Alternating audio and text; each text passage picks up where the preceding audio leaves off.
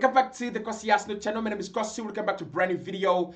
So Sky Sports German are reporting that Arsenal are more advanced on the Benjamin Sesko deal as compared to the Victor Gyökeres deal. However, there is still a chance that one of those players can be an Arsenal player come next season. Gyökeres has a chance to be an Arsenal player despite the fact that Arsenal are really in talks with RB Leipzig for Benjamin Sesko. And Sesko has big chances to become the next striker at Arsenal come next season. So in this video, I want us to separate facts from fiction. What exactly is going on with the Benjamin Sesko deal? Where are we? What have we done? How far are we in terms of Benjamin Sesko deal? We've done this on the Victor Gyökeres deal. Make sure you check out the channel. The video is already live. I've tried to separate facts from fiction on the Victor Gyökeres deal.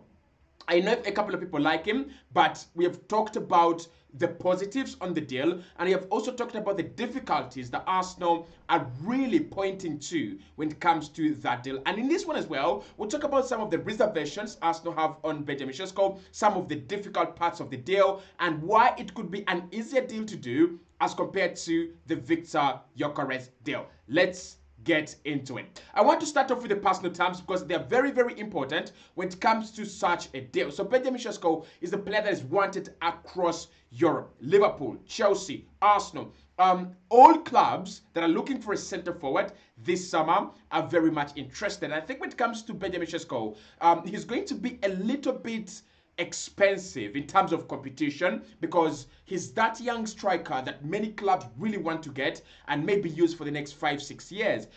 We've been told that Liverpool are very big admirers of Benjamin Sesko, and if they lose Darwin Núñez this summer, they're definitely going to go and try and do a deal for Benjamin Sesko. But in terms of personal terms, Arsenal already agreed personal terms with Benjamin Sesko last summer. And it was a deal that was, promising to get done. It was a deal that was promising to be completed before the Euros even started. But there was a change in heart, there was a change in mind, and Benjamin Sesko decided to stay at RB Leipzig. But in terms of the whole overall package, in terms of the role the player would play at Arsenal, in terms of, agreeing between Arsenal and the players' camp, that is no problem. Personal terms were agreed a long time ago. Of course, it's been a year since, the personal terms were agreed, since we got an agreement between Arsenal and Benjamin Sesko. So we might have to see a couple of adjustments made in terms of what Arsenal are offering, but also in terms of what the position of the player is going to be at the club. To be honest, a year ago, Benjamin Sesko was this 20-year-old striker who was, just excited for the Euros. And, he was excited by the prospect of playing for a big club like Arsenal. So it was going to be easy to agree personal terms with him. But a year later, in 2025, in the summer, he's going to have a lot of big offers on the table. We are talking Liverpool, we are talking Chelsea, we are potentially talking about a club like maybe I don't know if Manchester City or Manchester United would be interested, but he's going to have bigger offers and he's going to have very, very good offers on the table. So I think Arsenal have to readjust the personal terms that we agreed with Benjamin Sesko to fit the status of the player right now. For instance, we are talking about a guy that is 90 million euros, like 80 million euros and above.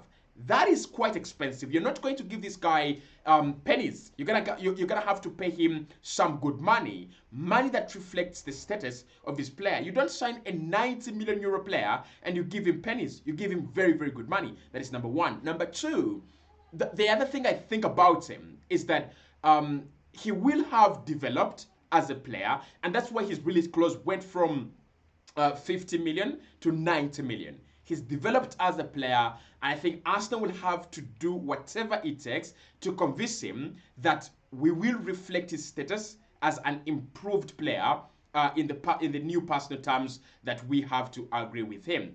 And then maybe finally, the other thing that is going to be of concern, it is the role Benjamin Sesko has to play in this Arsenal project. Is he going to come in and be straightforward, the number 9, the starting number 9, or is he going to play alongside Kai Havertz, or is he going to be exchanging positions with Kai Havertz, competing with Kai Havertz, but Kai Havertz being the starter?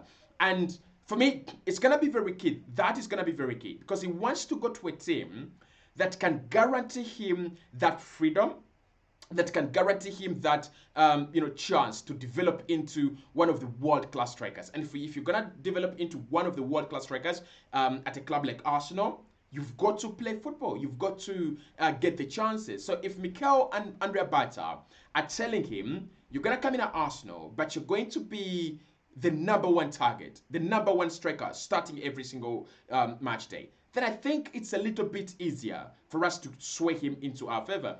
But if he's going to come in as a backup player to Kai Havertz, moreover, then clubs like Chelsea, clubs like Liverpool are going to have a much bigger chance. But in terms of personal terms, Arsenal are in a safe position. At least we know what the player wanted before. We can just make a few adjustments and we can, move on. Now, when it comes to Benjamin Sesko, I don't know whether this is true, right? And that's why I wanted to do this video to separate facts from fiction, because it's been reported that he's desperate to join Arsenal this summer.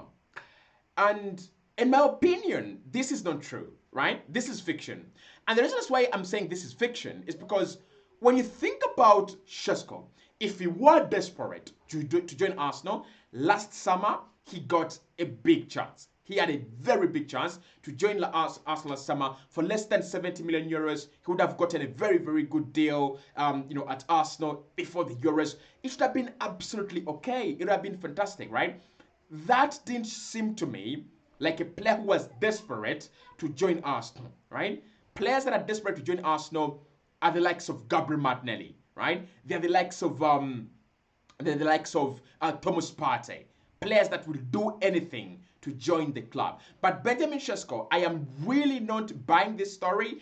People were selling he's desperate to join Arsenal. Why is he desperate to join Arsenal? There is a Liverpool there that are very much interested, and Liverpool would give him the same opportunities as Arsenal. A chance to win the UCL, a chance to defend the Premier League, a chance to win the FA Cup, a chance to win silverware, and they would give him very big money. So I don't think Benjamin Sesko is desperate to join Arsenal. I mean, if a player who's desperate to join Arsenal, you would have to convince me that he would turn down other offers in order to pick up the Arsenal offer. Is that Benjamin Sesko? Do I think that Sesko is going to turn down other offers in order to pick up the Arsenal offer?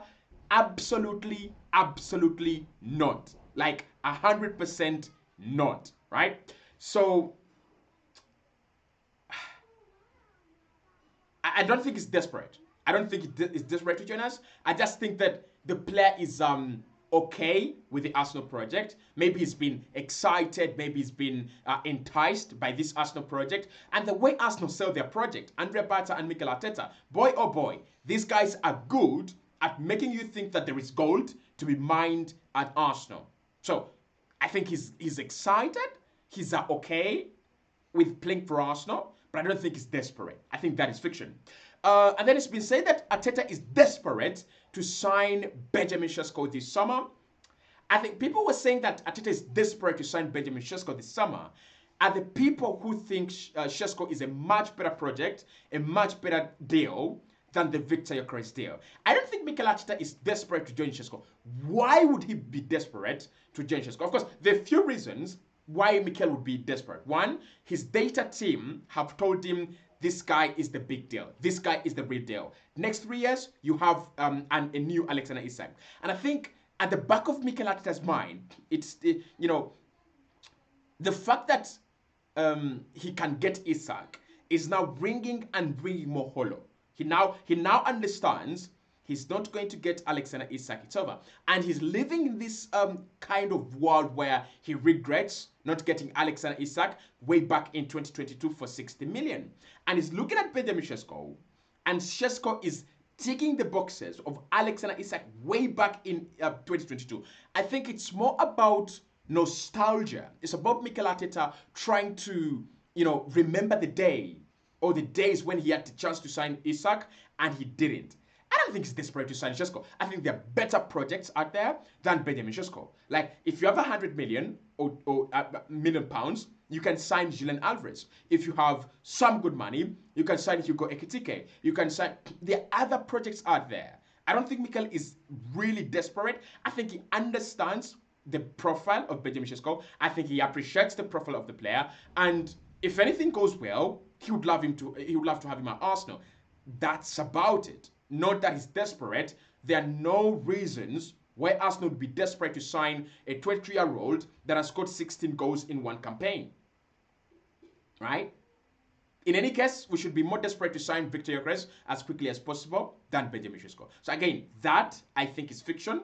It's not fact. So the deal started last year. This is true. This is very true. This is fact. This has been reported by Jacobens that the deal for Benjamin Sesko started last year. It started last summer. And although people felt that the door was shut and therefore the deal died, it actually didn't. Actually, in any case, it actually went on, right? So Arsenal understood that RB Leipzig didn't want to sell because one, they wanted Benjamin Sesko to stay for another year as their centre forward, but also they were going to lose him for pennies. They're going to lose him for like 65 million euros. That's about 40 something million in terms of pounds. So they were desperate to get him to stay.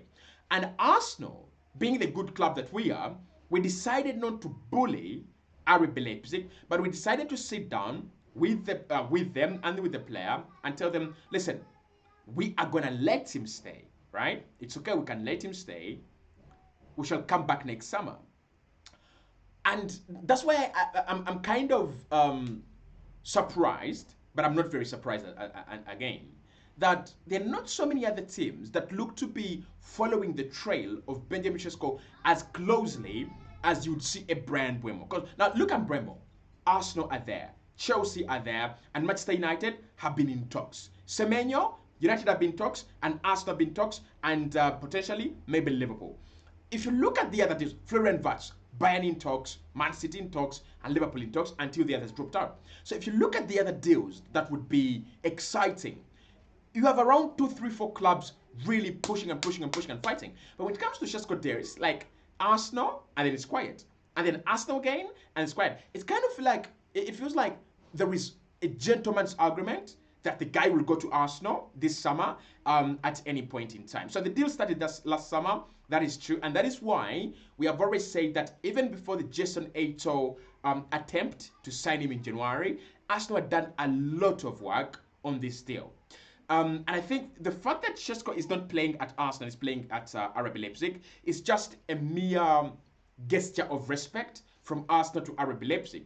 This is one of your best players. You can keep him until the end of the campaign, and then we shall get him in the summer. So I won't be surprised if we get this deal done without a lot of blocks.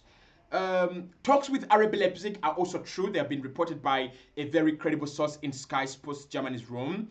And now the talks, it really matters, right? The talks are not to negotiate a price. The talks are to understand the structure of the release clause. Does that mean that Arsenal have agreed they'll pay the release clause? Not really, right? I think they're trying to do exploratory talks again around this new price, around this new package. Because the package a year ago was about 67 million euros, like I said. Now, it has increased by about 20 million. So, Arsenal trying to ask the question, what is the structure of this deal? Is it negotiable, right? We know that RB Leipzig want to sell. We know that they will come down a little bit. But how far are they willing to come down? Are they willing to come down from 90 to 70? Are they willing to come down from 90 to 80? What is the negotiation room, and what is negotiable on that price? That's what Arsenal are trying to do. So if they advance and get steep, then the likes of David Stein will definitely break the stories. 90 million euros. That is true, guys. That is true. 90 million. Like I'm one of the people that have been asking myself, 90 million euros, is that true? Yeah, it's true. It's true. The deal is rising to 90 million euros, but it can be negotiated down, and Arsenal don't have to pay these 90 million euros in one take, right? That's why we're in talks with them to understand, is 90 million euros? Can it come down a little bit? And if they say yes, then the next question definitely is, okay, if it can come down a little bit, how much? By how much? And then what is the payment period? Is it 18 months? Is it 2 years? Is it 5 years? I mean, you have deals like the Nicola Pepe deal. Arsenal paid how much? 72 million, right? For Nicola Pepe. And I think the time to pay the deal was like 4 or 5 years. if I'm not mistaken. So deals can be structured in that way. Okay. He's now Arsenal's number one priority. He's been Arsenal's number one priority for a long time. Since we're not getting Alexander Isak. That one is true. Andrea Bata has a few reservations on the deal and on the player. And these are facts. These are not this is not fiction. So Andrea Bata doubts that a 21-year-old striker that is still forming his career is what Arsenal need. He's got reservations if this guy can be what Arsenal need, right? But also, he's got reservations about the price, like 80 million. For Benjamin Sesko is just 22, 21. It's a little bit too much. But the reservations don't work with Mikel Arteta. And then finally, the data team, they have him as their first choice, right? The data team have told Arsenal, this is our guy. This is the player we should be signing. And in my opinion, he's more likely to join Arsenal this summer. Hit the like button, subscribe to the channel, and I'll do a video on the other targets.